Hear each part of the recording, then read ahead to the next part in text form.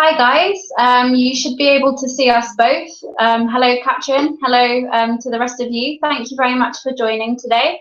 My name's Laura Joyce, I'm the Europe General Manager for CRCC Asia, and I'm here with my colleague Anne. Yes, I've been with the company for just over a month now, and I'm originally from Norway. So I've been studying here in the UK and now I'm interning, so I guess I'm a live case study for what we're about to discuss. Okay, great. So hoping that you can see this presentation, just to give you a bit of an idea about the structure. So we just introduced ourselves.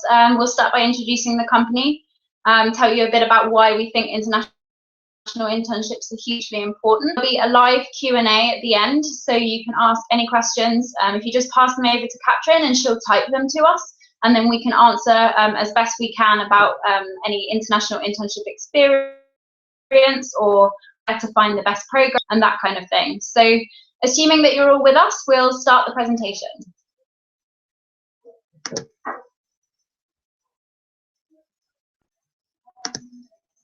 Okay, so you should be able to see the first page of our presentation now. So as I said, we're going to be talking about how an international internship can help your career. We do webinar series quite often, so we have a range of different webinars on our YouTube channel that you're welcome to check out. But this is obviously a specific webinar just for you guys at the University of Leipzig. So please, use the Q&A session as best you can and make use of us while we're here. And if you've got any questions, please pass them over. So to begin today, we'll start by telling you a little bit about CRCC Asia, where we came from and what we're doing now. Then we'll tell you a bit about study abroad versus doing domestic internships, before moving on to finally why an international internship would be ideal. We'll have a look at some recent internship trends and studies before looking at China as a particular, because that's what we're specialized on. Then we'll have a look at some student testimonials and success stories from our alumni, and your international internship will be the last point on our list before the Q&A. Okay, so an introduction to CRCC Asia then. As I said, I've been working for the company in my 5th year now. I previously went on an internship in China, so I do know a lot about international experience, also firsthand, but also from working for the company. So how did CRCC Asia start then? So we are headed up by Daniel Nivern and Edward Horrid-Pierce. They actually were doing separate degrees related to Chinese in Oxbridge, one in Oxford and one in Cambridge. And they came together and they met at SOAS in London, where they were studying a degree about management in China. So they've obviously always had the same passion, the same kind of real need to learn Chinese and get to know the country more. Edward actually started fluent now, he's great. And Daniel the same, he experienced China for a long time. He spent at least 8 years working out there, and he really picked up the language and followed through with that. Thomas Kirkwood, he's a 3rd director. He's a silent director, but also an investor, and he's kind of allowed us to expand into America and other countries. We're all doing the same thing though. We're all kind of recruiting the best students and graduates to go out to China. So from all around the world, our offices that are focused everywhere else are just recruiting students to go out to our 4 locations in China. So they started CRCC Asia originally as a consultancy. They saw kind of the need for the world to connect with China through business, through educating small to medium-sized UK businesses on China as a whole, but also how to market to the Chinese consumer. So they originally set up in that way. In 2008, we did have a small sideline business of internship programs in China, but it wasn't the main part of our business. It did explode in a good way towards kind of the end of 2008, beginning of 2009, partly because of the economic crisis in Europe, but also because internships abroad just became more of a common thing to do.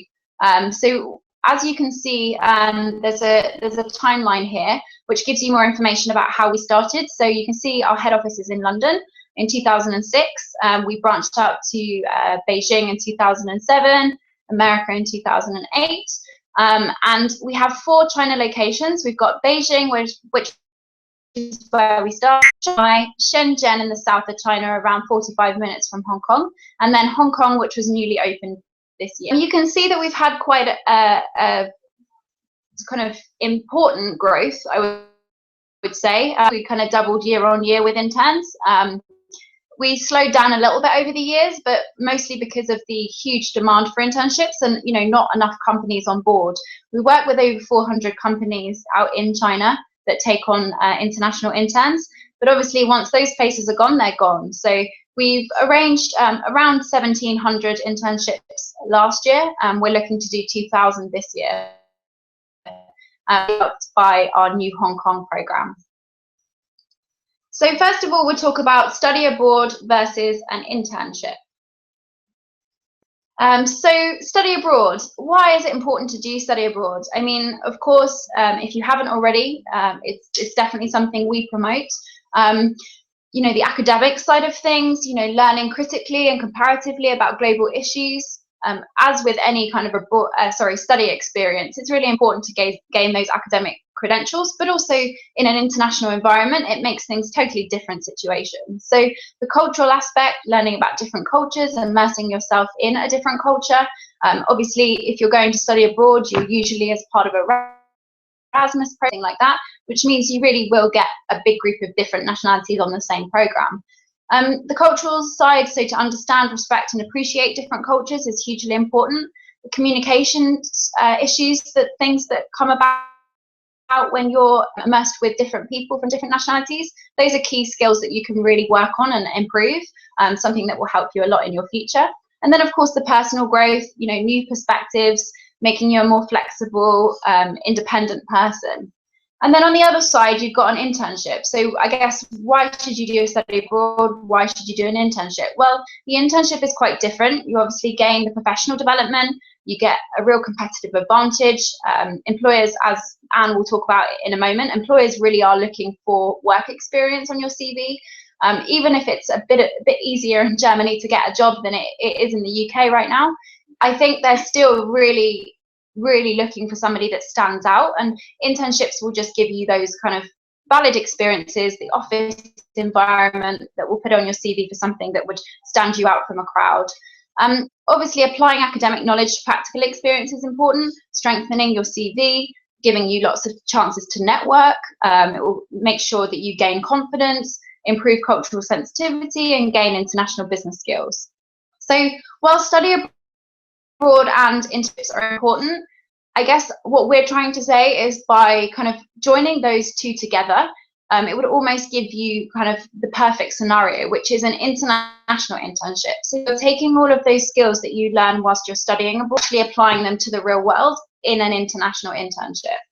So this is a useful quote. Two of the most useful CV building activities a student can participate in while completing their degree are an international experience and an internship. An overseas internship provides both these experiential tools. So it basically just shows you that by doing an international internship, you're really kind of hitting everything at the right time. So what are the benefits of an international internship? So the benefits, 10 benefits of interning abroad. Of course, you differentiate yourself, experience in your field. I think something that we all kind of hone in on is that a lot of internships do really target business, finance, marketing, law students, but for the rest of us, you know, there isn't always another option. So with our internship program, for example, we have 14 different sectors. We offer internships in engineering, green technology, pharmaceuticals and healthcare, NGOs and charities. There's a real wide variety of different sectors, and no matter which company or agent or whether you choose to do it yourself, just make sure that you're not just going with what's more popular or what's more high in demand, but really hone into something that you want to do in the future, because it's a great opportunity for you to gain those sector-specific skills. The foreign work in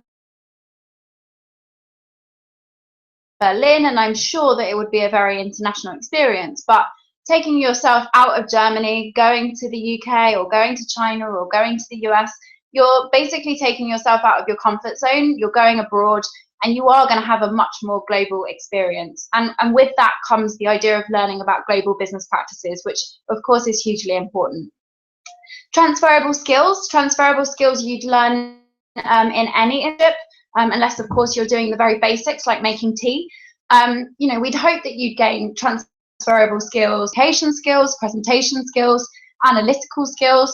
Obviously, it depends on what you're going into, but it's important. Successful working with other cultures, you've obviously got the flexibility, cross-cultural understanding how other people think, and new perspectives as well. And then a really big point, global network. So the majority of the people that go on our program, don't choose to stay out in China afterwards. They want to come back to their home country to work. The fact is that going out to China or going out on any international internship experience, you're going to be with a bunch of students that have got the same common interest as you, and they're in it with you. So that's in itself a global network. And then of course you're doing the internship, so you've got your employees, your fellow colleagues, for example, that are all going to be part of your global network. You're going to be going to networking events. You're going to continue to build this network, and that's what's really fundamentally the most important part, because they might not be useful now, but they definitely will benefit you someplace in your future. So really building that network up and being able to say you've got contacts around the world. You never know when somebody might come in handy. Number 6, language proficiency. So learning a different language, something as different as Mandarin, it's definitely tough, but it definitely pays off. I'm not sure if any of you have already got basic Mandarin skills or perhaps intermediate. You, I'm sure, understand it's one of the most important languages, if not the most important language to learn in business. And by taking an international internship, you're basically saying, I'm going to live out there for a certain amount of months or years, and you really want to kind of immerse yourself in the culture and learn the language. It's not impossible, and it's something that we would highly recommend. Number 7, independence. So it makes you more independent. I think taking you out of your comfort zone, giving you challenges on a day-to-day basis, having to get to and from work, they're all things that you would have to do national internship that you may not experience if you did an inter-country, or whether you were doing study. You're not going to be living on campus with other students. It's not quite as easy as that.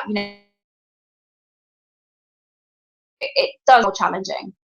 Of course, making you a more marketable student or graduate, which is vital in a competitive job market. Without kind of wanting to worry too much about your future, I think it's really important to think about your future, think about how this can make you more marketable, think about, what doors will be opened by doing something like this. But, straight popping over to number 10 quickly, adventure and an opportunity to see the world. That's got to be really taken into consideration as well. A lot of us, we finish our degrees, we think what to do next. Some people go traveling. It really is vital that the time that you have to see the world, to do something like an internship that will really kind of broaden your horizons and really be an adventure to you. And it's a unique experience and something that, aside from worrying about your CV, really something that you should cherish yourself. And then, of course, the smoother transition into full-time employment. It can come as a bit of a shock to some students going from, student life straight into employment. And by doing an internship abroad, you've already kind of had that experience of the adventure. You've got those basic office skills. You've gained some transferable skills, and then you can kind of go into full-time employment more smoothly.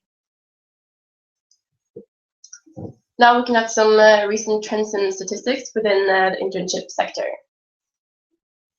So the British Council, they've done a survey, and they found out that 37% of undergrads and postgrads in the UK say they are actually considering doing overseas study, which is quite a substantial rise from 17% the previous year. So it's becoming more and more popular. And actually 1/3 of the UK adults, they hadn't spent time living abroad. They said that they felt that this would actually harm their career prospects. And especially for the under 25 age group, where over half of them actually believe that a lack of global experience was holding them back. So this is why we encourage people to actually go out and get some international experience, because to be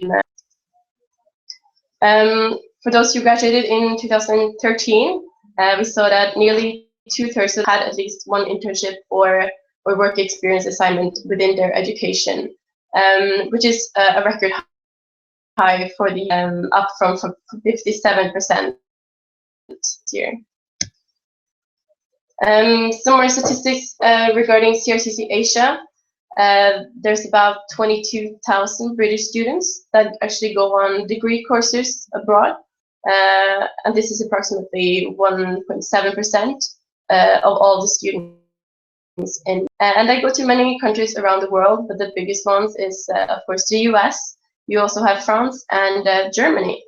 Now you don't see China on this list. It's a bit further down because it is still an emerging market. So by going to something that a destination where not everyone has been there, not everyone has an experience from there, it's easier for you to differentiate yourself when you come back and to stand out from their competition.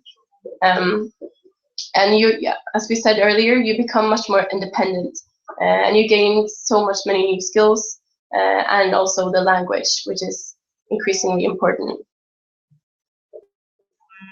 So we're going to talk briefly about the case study. We do have some German statistics that we'd like to kind of talk about afterwards, but our case study is obviously China.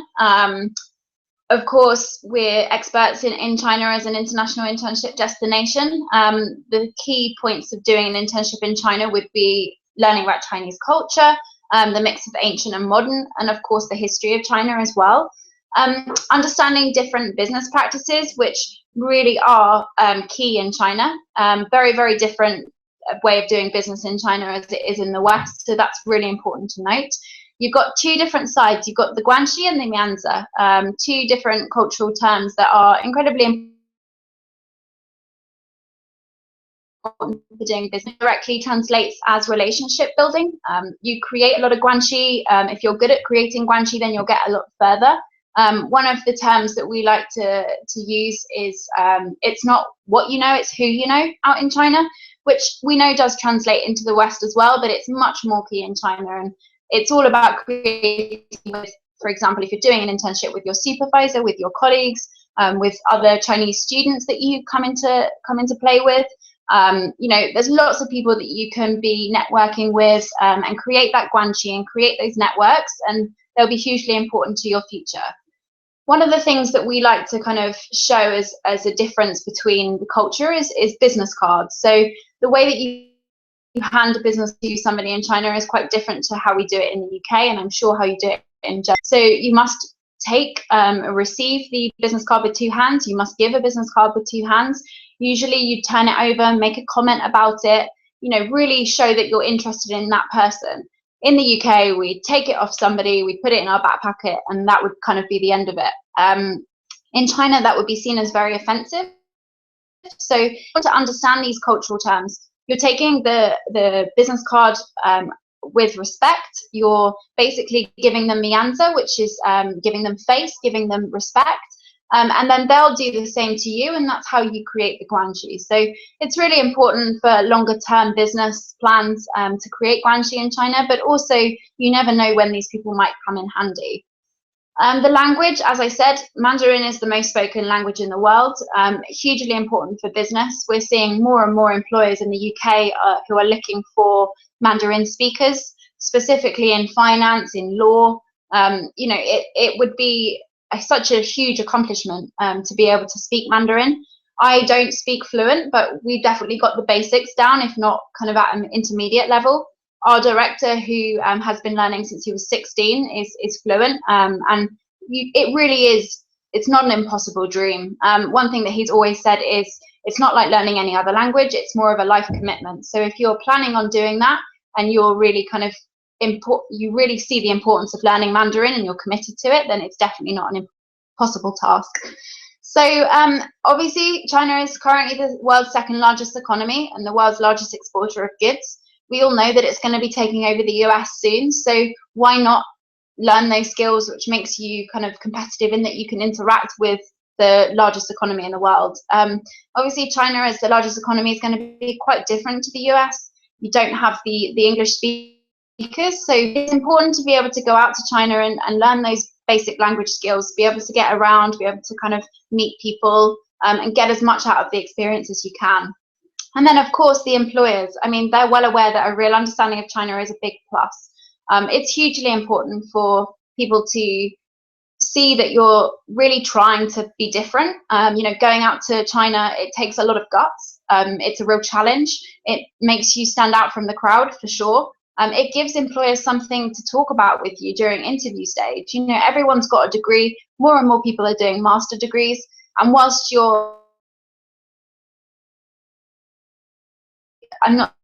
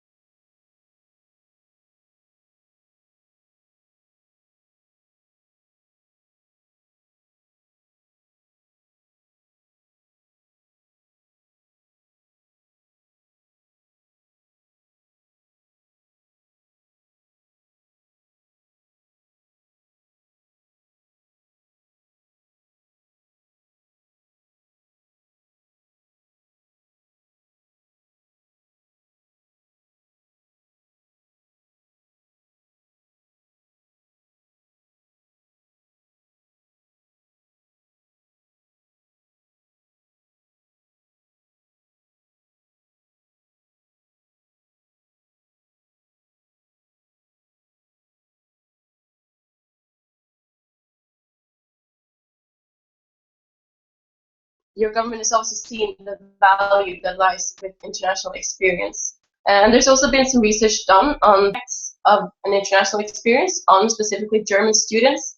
And what they found was that German students who've been abroad, they are more open to new experiences, they're more adaptable, they're more independent and actually emotionally stable.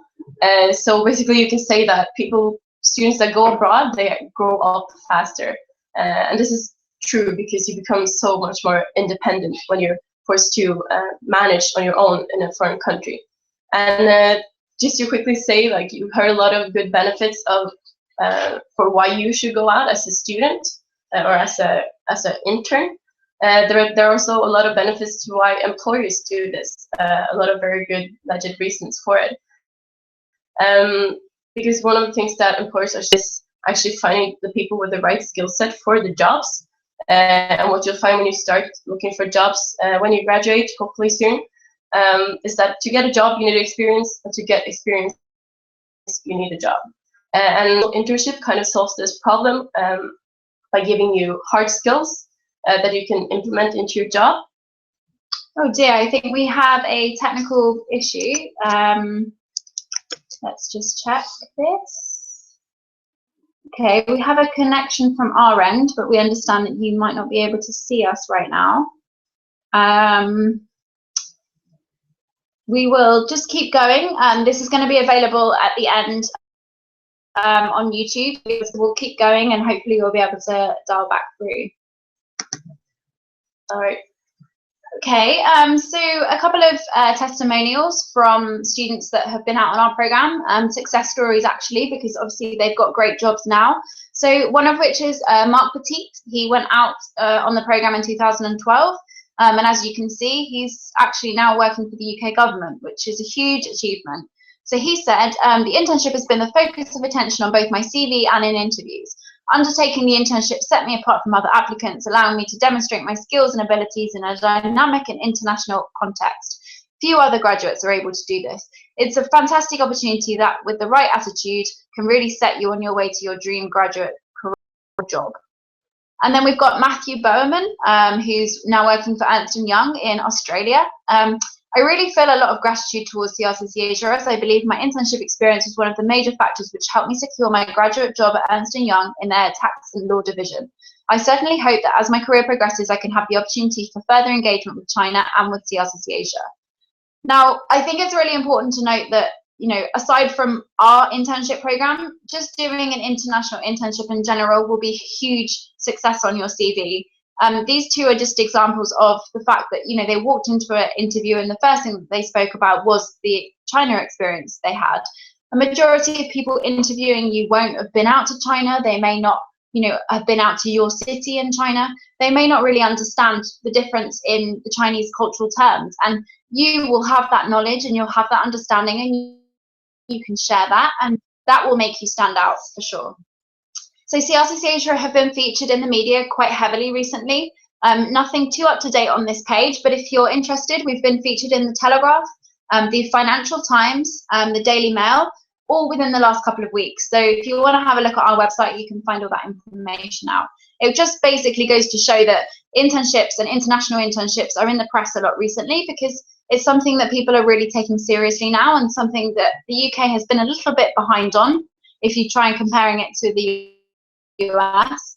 And I think we're really catching up, which is very exciting. And your international internship. So you've been listening to this webinar with the idea that, you know, you might be interested in doing an international internship in the future, foster those skills and put them down on paper. So if you're looking for an international internship, how should you start? Well, first of all, which country interests you? Really think about that because you're going to be spending quite a bit of time out there. You know, minimum for us is 1 month, which can seem like a really long time if you're not enjoying the place that you were at. So do some research into the country. Maybe there's somewhere else that you're going to do volunteering, or you would always want to travel. Make the most out of that opportunity and do an internship at the same time. What sectors are you interested in? Follow the crowd and go towards the business and the finance things unless that's what you really want to. I think an internship really allows you to make the most out of the time that you have. So if you've been studying something that you've really enjoyed learning about academically, but you're not totally sure that that's something you want to do in the future, then use the time as for an international internship and choose something that you do see yourself doing long term. research. I mean, of course, it's important to research into providers, agents, or whether you're going to go and do this yourself. Make sure that you do have the support in place. You know, the worst thing would be to think that you have some sort of package as part of a program and then turn up and therefore you don't have any accommodation, those kind of things. So make sure you got a bit of insurance behind you and you've done your research. Speak to alumni of the program. You know, there are lots of people that have done our program, for example, 5,000. So if any kind of program that you decide to go with, any agent, they should be able to put you in contact with people that have done it in the past. And then you can find out if it's really worth it, if it's really worth pursuing. You know, don't just take people's websites for granted. Make sure that you really delve deep.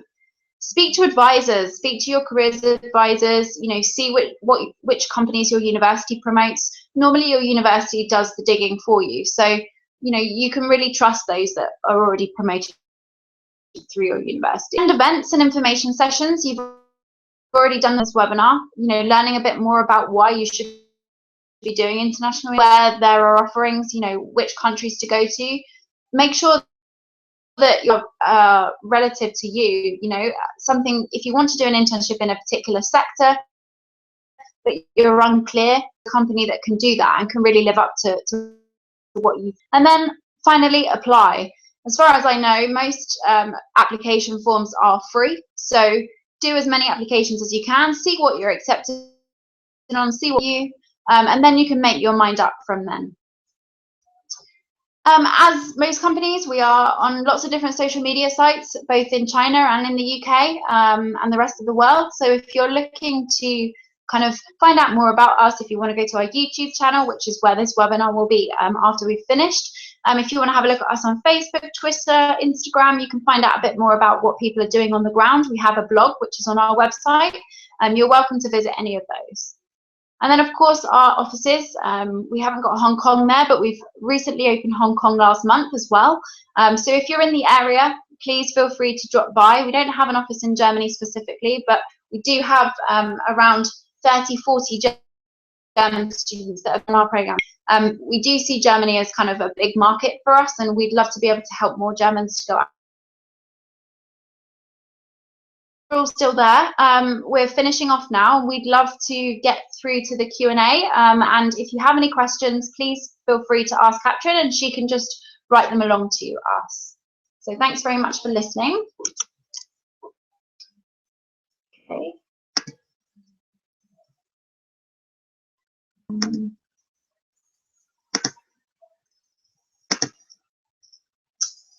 Okay, so you should be able to see us now. So I can see we've still got one viewer, which is promising. So hopefully you can see us. We'll just be clicking onto the Q&A. See if it's okay. So no, I can just see that the connection failed halfway through. So apologies for that. I'm not sure. We have a connection from our side, so if you can see us still, Katrin, do you want to write and just say you can see us? And if we don't hear from you, we'll have to assume that you're not there.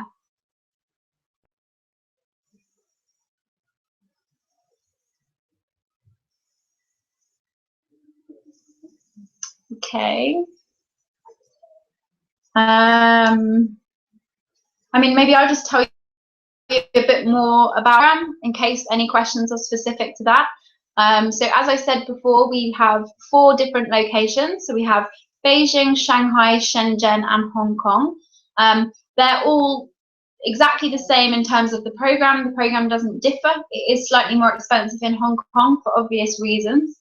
But the sectors, for example, there are all 14 different sectors are available in all locations. We've got business, marketing, media and creative industries, finance, law, pharmaceuticals and healthcare, NGOs and charities,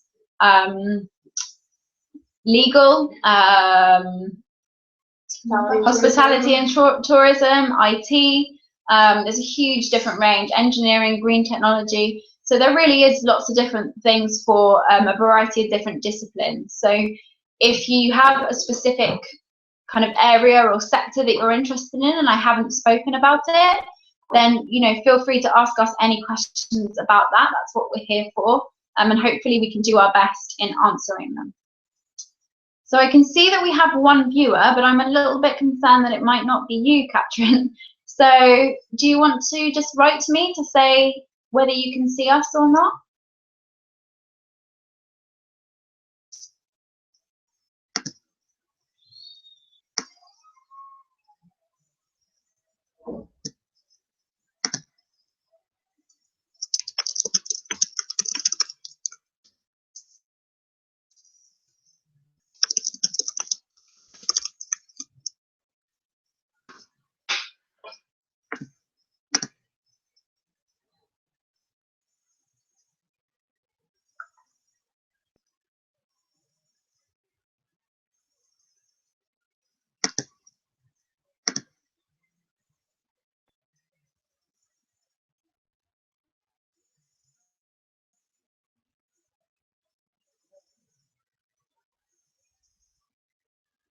Okay, so I can see that you wrote at 4:58 that you can see us but no slide, but that's promising because we didn't have a slide on then. So hopefully we're just doing questions and answers. So if you do have any questions, please feel free to type them. Hopefully you can see us and we'll be able to answer your questions.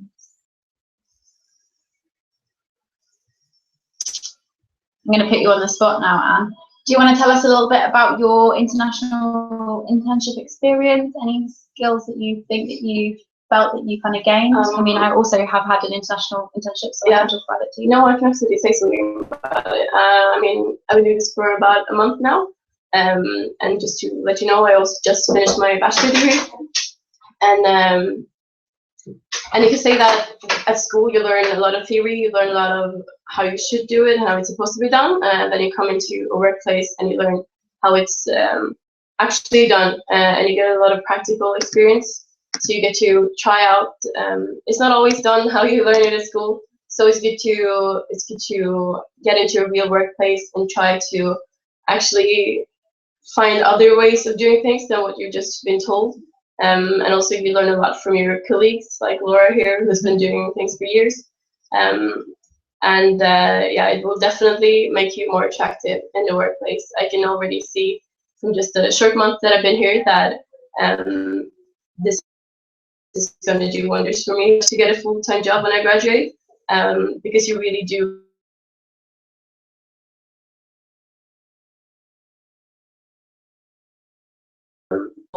make the most out of interns that they have and responsibility so that they can develop their professional skills.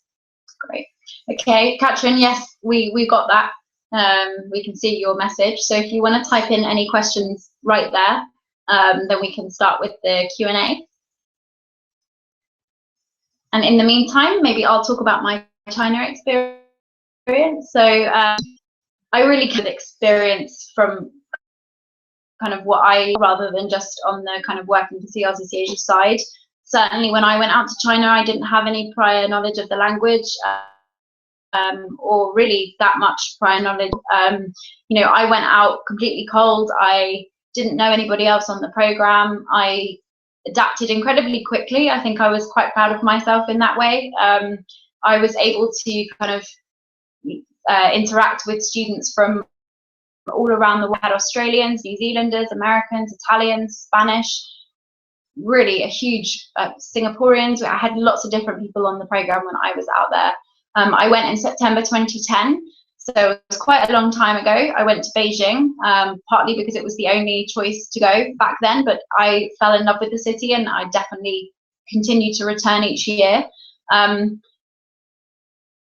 It's experienced before, just the number of people. I thought London was a busy city until I went to Beijing.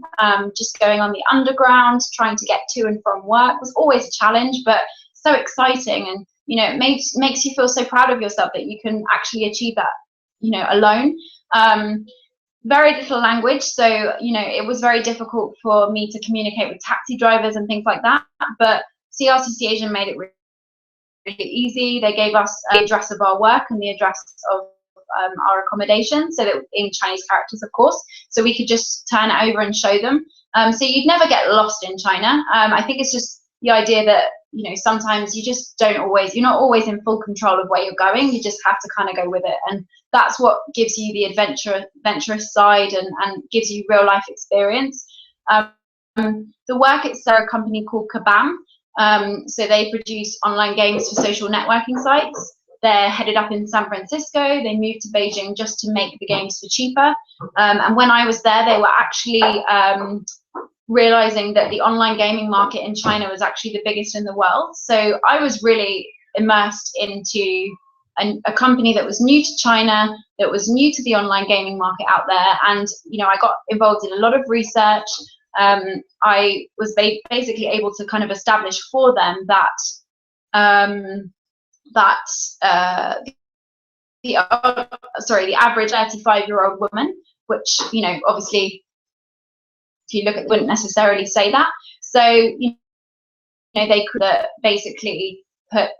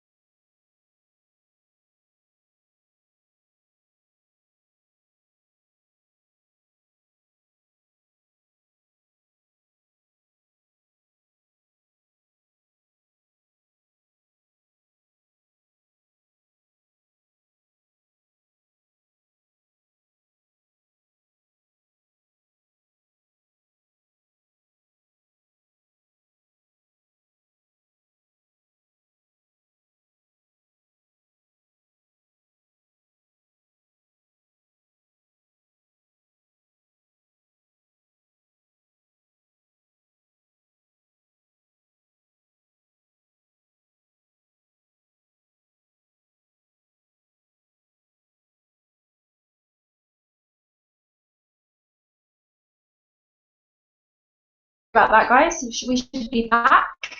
So as I was saying, I haven't heard of those companies specifically. Can you tell me what sector they're in, and I'll be able to kind of give you a bit more information about the sector?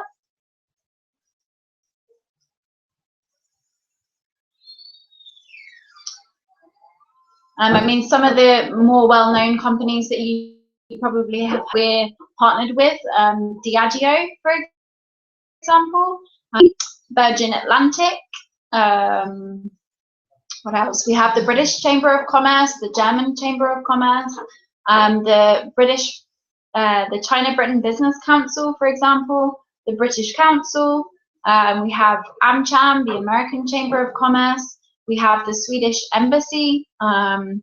We have British Airways. We have Rolls-Royce, which I'm sure you guys know about. We have a real kind of a real wide variety of different companies. Again, I don't know if we have specifically those three that you've listed.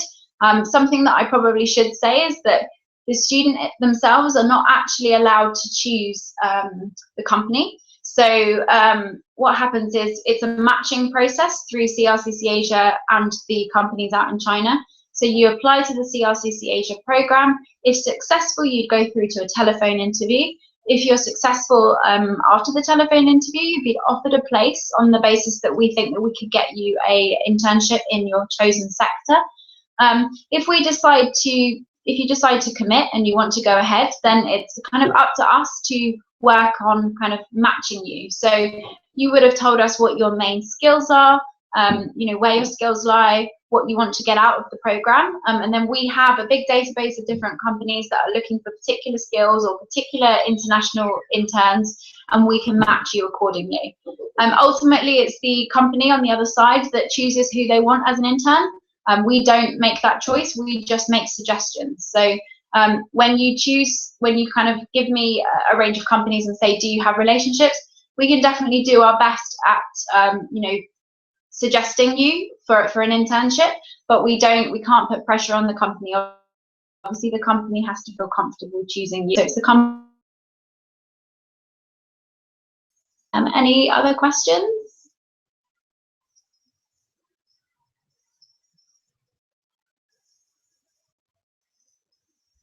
Let's put the Q&A back on.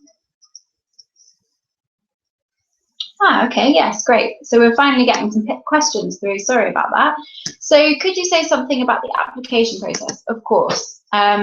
So what happens is we've got offices in the UK, in Italy, in Spain, in San Francisco, and in Sydney. Now, all of those different offices do the marketing and the admissions for our programs. And then obviously the programs themselves are in China. So Beijing, Shanghai, Shenzhen, and Hong Kong. So if you're interested in and of course you don't have to commit straight away, but if you just want to kind of find out if you'd be suitable, you can go to our website. There's a big red apply button. If you just click on the apply button, you need to answer a few questions about yourself, about what you want to do on the program in China. You get to choose the location, you get to choose when you want to go, you get to choose for how long, and you get to choose the sector that you want to go into. You can make all of those choices, upload your CV, answer a few questions about what you want to get out of the program and what you know about China. And then if we think you're a strong enough candidate, we'll take you through to interview stage. Now, the interview with our London office. Obviously, the interview is conducted in English because that's the language that's used in all of our programs. The interview, then it would be over telephone, so that's not a problem. Obviously, you're based in Germany. It would be around 20 to 25 minutes. It basically is an opportunity for my colleagues here in the London office to establish what skills you have, anything that differs from your CV, asking you to expand on your experiences so far, whether they be academic or internship based, any extracurricular activities that you've partaken in, any other languages that you know, how to deal with difficult situations. We basically want to feel confident that you are okay to go all the way out to China and do something quite unique like this. We don't want to take on students that aren't going to take this program seriously. We spend creating the relationships with the companies, in China, and it's really important that we maintain those relationships because once you kind of make one mistake, that will be it. We would lose the company. So for us, it's about recruiting students that are very serious about this program and putting them into companies where they can utilize their skills, develop additional skills, and really have a unique experience. So that's the application procedure. If we decide to take you on, as I said, what happens is if you would like to accept the program, then we would take your CV and your interview notes, to the 4 or 5 different companies within your first sector choice. And then those companies would have a look through and decide whether they think you're a suitable candidate. Sometimes they require a separate interview. So sometimes you would be doing a Skype interview with your specific company. Other times they just accept you based on, what skills you have or what you've said in your CV, or, on the trust that we think that you're a good candidate. Just to give you an understanding of our programs, they're available once a month throughout the year. So that you can go at any time of the year, but you do have to go on the set program start dates. As we recruit from all around the world, they are very international programs. You don't need to speak Mandarin to go on them, although if you do have Mandarin skills, it's a huge advantage, and it means that you can go to slightly different companies, but it doesn't kind of stand in the way of your application at all, so not a problem. Okay, is there any other questions? So I can see. So what do you recommend if one applies independently? So if you are applying for an international internship yourself, just make sure that you know where you're going to live. You know, that they're kind of the basic things. But if you're going into a country, I mean, for example, if you wanted to do China by yourself, it's really impossible to go into China without Mandarin skills and without any contacts. Most big organizations have their own internal recruitment process for interns. So, you know, some of them you might be able to get through a recruitment process in Germany through to the offices in China, but most of them will be quite closed to individual applicants. So you normally have to go through some sort of agency or any contacts that you have personally. If you're thinking about going outside of China, maybe you're thinking about going to an English-speaking, that obviously is much less difficult. There are far fewer challenges than there would be if you were going out to China. I would just think about the basics. Do you want to go out to that country? Do you want to spend a long period of time there? Do you think that the skills that you'll learn in that country will benefit your future? Is the internship itself specific to the sector that you're interested in? If it's pharmaceuticals, for example, can you really say that you can come away with key skills in the pharmaceuticals industry? One of the things I always like to kind of tell people is you need to establish whether you're interested in the internship itself, like on your CV. I think a lot of people come to us certainly who say, I want an internship in JP Morgan. And, you know, we have to say, well, that's great. And we'd love to be able to provide that for you, but that's not really what our program's about. Our program is about connecting people with China, teaching them about Chinese business culture. There's a whole induction where you learn all about the differences in culture, which gets you ready. It's about learning the basics of the language. It's about learning these people. And then, of course, the internship is very, very important, but it isn't that you go to this huge named company. Often we find that the bigger organization, investment banks, which are impossible to go on our program, they actually require students to either speak Mandarin or they just aren't looking for the students that come on these kind of programs. So maybe they have their own internal process, maybe they kind of recruit people that they already know, maybe they take students out of different, working for JP Morgan in different offices. And most of the time we have worked with JP Morgan before and we have worked with KPMG. And what I would say from experience is that, you know, these big organizations, you're just in a huge wheel, taken as of as much importance as you would be in a much smaller company. So experience of mine, I mean, my first went into Kabam. They had maybe 12, 15 employees in China. And then they obviously had their head office in San Francisco. So it was an international firm, but it wasn't very big. Now they have over 300, all dotted around Asia. They're huge, they've expanded at such a rapid rate. They're much bigger than they were. And when I went in as an intern, I was really important. You know, I'd done a degree in marketing in England. They were very excited by that. And I could probably give them a little bit of knowledge as well as kind of taking knowledge away. Whereas now, if I went to the company, it might not be the same. You know, they might have lots of international people working for them and it isn't the same. So it's really important that you concentrate heavily on the internship and on what you can get out of the internship rather than just worrying about the name and the size of the company.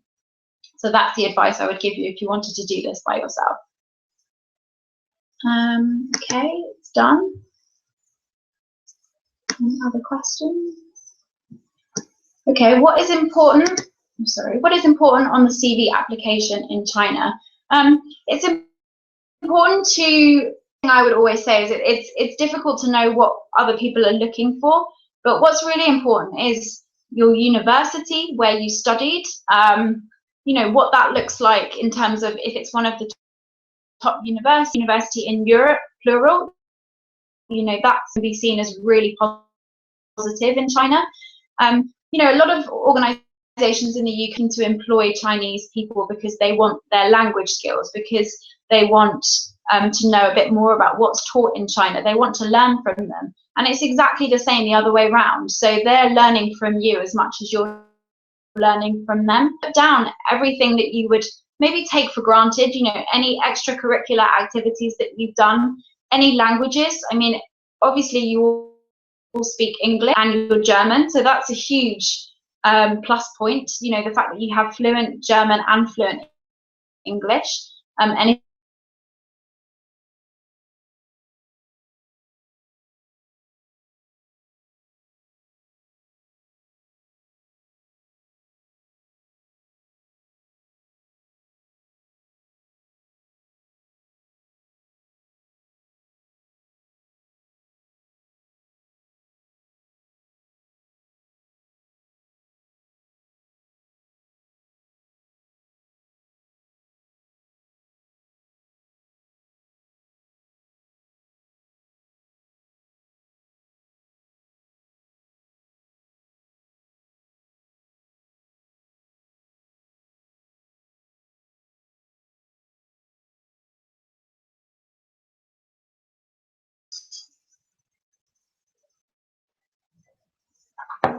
sorry, quick drink break.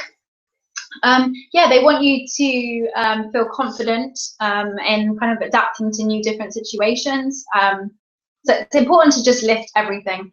If you've got any work experience already, even if it's something as, you know, basic as, you know, in the travel and tourism industry, for example, or hospitality, sorry, if it's just being a waiter or working in a shop when you were younger or while you're studying, that's not a problem. You do gain skills from doing different internships and different part-time work. Sometimes it's difficult to identify those skills, but for example, if you're working in a shop or a restaurant, you know, you've got the customer service angle. I'm sure you're very good at working with people, working in a team, that kind of thing.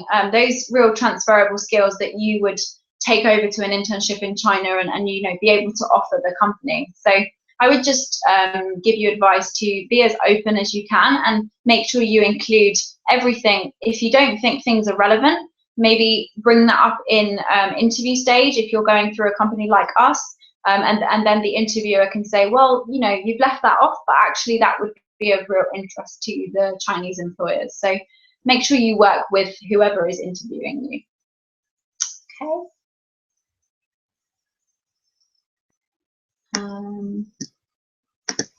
Maybe answer that one. Is there any more questions? Perhaps about life in China, or kind of the next steps if you wanted to just apply for a different program, or, you know, where should you go, what kind of destinations? I'm not sure whereabouts you are in your studies. Maybe you've just finished your first year, maybe you're going into your third year. Whatever you're doing, I'm sure you're thinking about your future and how you can make your career chances better. And I think we've established that an international internship really can do that for you. And aside from the CV enhancing, it also just is really valuable experience for you personally. And a real chance for you to do a bit of traveling. I mean, for example, in China, I did the internship in China. I then went to Vietnam, Thailand, Cambodia. It was such a huge experience for me. And it made such a difference that I was able to do that traveling, but also gain some actual business experience with me. So I could come back to the UK with, you know, I could tick lots of boxes, let's say. And I came away with the academic side, the business side, and the travel side. And that's a huge benefit to anybody. Anything else? If we're done, Katrin, feel free to just write to me saying I think we're finished. If not, please ask away, because we're here and we're here for you to ask questions too. Let me just check the other page, see if you've been writing any here.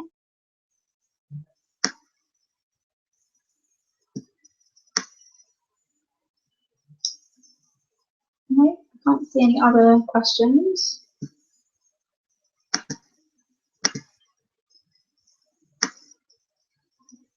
Okay, well, as I said before, this webinar is going to be available. So if we have been dropping in and out for the connection technology, that's what you expect, then we will upload it onto YouTube and pass over the link to Katrin. And then Katrin, please feel free to share it with the students that were able to make it or the students that weren't able to make it. We also have a video which is on this webinar link if you wanted to watch that. Tells you a bit more about our program. We'll get you all excited about going to China. Otherwise, we are always here in London. You're welcome to give us a call. You can send any inquiries through to london@crccasia.com. If you've got any questions or if you want to be put in contact with anybody that's done the program in the past, that's also fine. We can put you in contact with students from Germany if you'd like that. But otherwise, I think that's it from us. I haven't got a yes or a no yet, so I'm not sure if you'd like us to continue.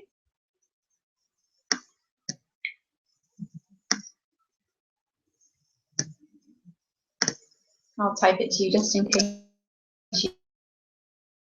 you can't hear us.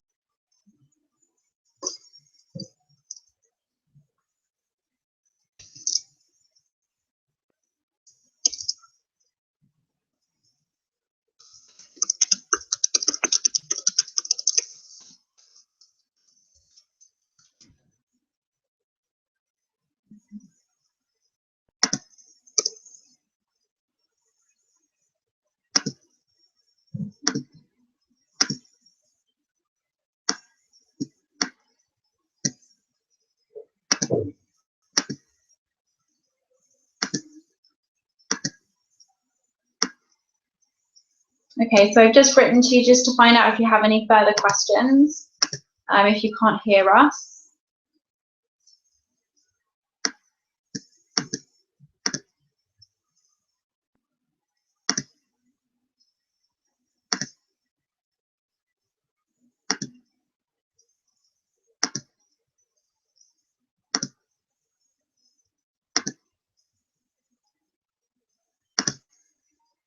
I'm just going through and getting rid of the costs. I think that might be me.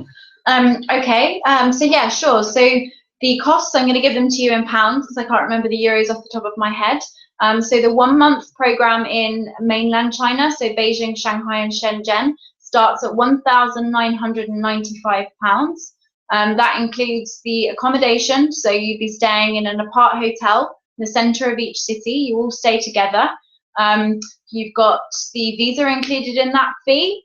So we do all of the visa processing here in London, even if you're based in Germany, that's not a problem. You've got twice weekly Mandarin lessons included in that. So throughout your internship, you'll have the opportunity to learn the language. You'll have an English speaking supervisor in your internship company. There are social events, networking events, cultural events, all throughout the program. You also have the chance to take part in a community outreach day as well. You'll have a thorough induction day when you arrive. So you always arrive on a Thursday. You'll have an informal dinner that evening. And then the Friday will be a full cultural induction, learning about Chinese culture, learning about what to do, what not to do before you start working. That evening will be a formal welcome banquet. And then the weekends are for you to do as you wish. Monday morning, you get picked up from your accommodation and taken to your company by someone from CRCC Asia. And then it's up to you to go back and forth. You get a prepaid SIM card, city guide. You get a leaving ceremony. So the leaving ceremony gives you the opportunity to reflect on the skills that you've developed. There is lots of opportunities for networking, both internally and externally. Most of the time, your company will take you out for dinner, drinks, maybe lunchtime, they take you out and pay for you. Every company incentivizes you in different ways. There are no paid internships in China. It's actually illegal to receive any sort of money or stipend whilst doing an internship in China on a business visa. You would need to be on a working visa, and in order to get a working visa, you'd need 2.5 years of work experience on your CV, which is what most students don't have, and it's not a visa that we get students. So in order to be doing an unpaid internship in China, you need to be on a business visa, and likewise, you're not allowed to be paid. So just to make sure we clarify that. The 2-month program is £2,745, and the 3-month program is £3,395. Again, that includes the same thing. So the only extra cost that you're there for longer is really the accommodation and the Mandarin lesson. The Mandarin lessons are available both at basic and intermediate level. So if you've already got some language experience, then that's great, and you can definitely kind of develop on that. Got another question. What kind of budget do I need for a 1-month internship? Aside from, I mean, obviously assuming that we're still talking about China, it's a very, very cheap country to live in. The biggest fee that you'd need to pay is for the accommodation, and obviously that's included in the program fee. We actually get a discount on the accommodation, so I know you probably think that that's quite a lot of money, but it's very expensive to stay in an international apartment in China, in the center of the city. The prices are increasing every year, and we're actually finding it to be kind of as expensive as London now, in terms of shared apartments. So just to remember, you share your living area and kitchenette with 1 or 2 of the same sex, but you go off into separate bedrooms, so you're not sharing bedrooms. So a budget, aside from what you paid for before you go out to China, you need to think about your meals. So, I mean, you can eat very well on kind of 1 or 2 euros per meal. The metro, for example, is 20 cents per journey. So it's incredibly cheap. As long as you're happy to have Chinese food 3 times a day, then, you know, it really can be as cheap as you want it to be. If you want to enjoy yourself a bit more, you know, indulge in the luxurious lifestyle that you can for not a very expensive cost, then you will be spending more. There's a McDonald's delivery, for example, 24/7, something that we definitely can't get in the UK. I don't think you can get it in Germany either. There's lots of pizza places. You know, if you're going to indulge in the Western side of things, you're probably going to be spending more money. But if you're happy to live the Chinese way, then yeah, it's really considerably cheap. So we just usually tell students to allow for around £50 to £70 a week. That will more than cover any kind of eventuality if that's what you're looking for. A couple of others about costs, but we've answered that. Anything else? Kind of budget? Yeah, we've answered that one. You can find a list of our costs in euros on the website. We also have different programs. So we have language programs, so you can do language for a month or 2 months. We have a business and marketing course. We've actually got Coca-Cola as one of the speakers this year, so that's really exciting in Beijing. We've got a business and finance course. So both of the courses are just 2 weeks only, 1 week in one city and 1 week in another. The business and marketing course this year is Beijing and Shenzhen, and obviously the internal travel is included in the program fee. And then we've got a business and finance, one of which is Shenzhen and Hong Kong, but that actually starts in a couple of weeks. It's too late to get on that one. And then we've got one that's in Beijing and Shanghai. So if you want the opportunity to see 2 cities in one go and you're only able to go out there for a short period of time, then you could take part in a course. Alternatively, you can do a 2-week course plus a 6 or an 8-week internship, which is also an option. It basically gives you the opportunity to learn academically while in China and gain those skills in marketing, finance, or general business, and then go out into an internship and put that academic experience into practical experience. We also have a travel program, which is very popular. A lot of people go and do the 21-day travel tour after their internship, let loose a little bit after the stress of doing an internship in China, and see some of the more kind of urban parts of China, or more rural parts, sorry. It's really important to kind of take part in all the activities. You can see pandas in Chengdu, you can do bungee jumps in Macau. There's lots of different things to be getting involved in, and China really is a beautiful country, and it's not just about Beijing and Shanghai and Hong Kong and Shenzhen, so it's important to see the other part. Any other questions? I know it's getting quite late there for you guys now, so I will still wait for you, Katrin, to give me the nod that you'd like us to finish. So if you're finished asking questions, let us know. Otherwise, we're still here if you've got any questions you want to type to us.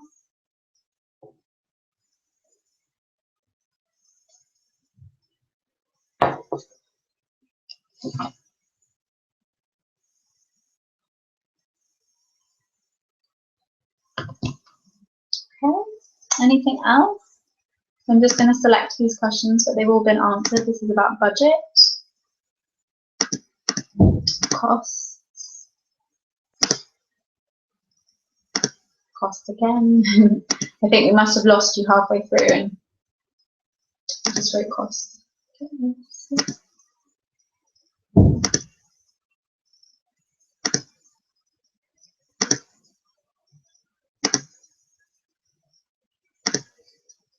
Okay, anything else?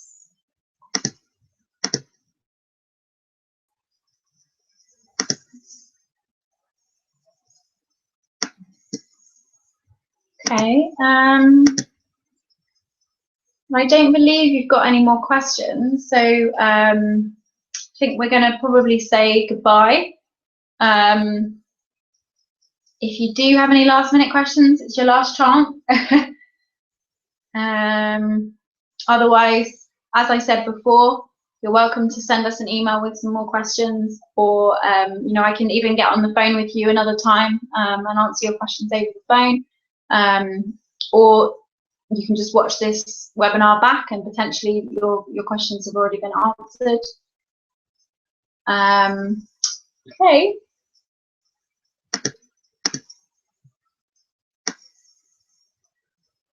Oh, okay, great. Okay, no further questions. Great. Well, it was lovely to have you all listening. Thank you very much for joining us. Sorry it's so late, and yeah, take care. And if you want to know more about us, just let us know. Thank you very much. Thanks. Bye-bye.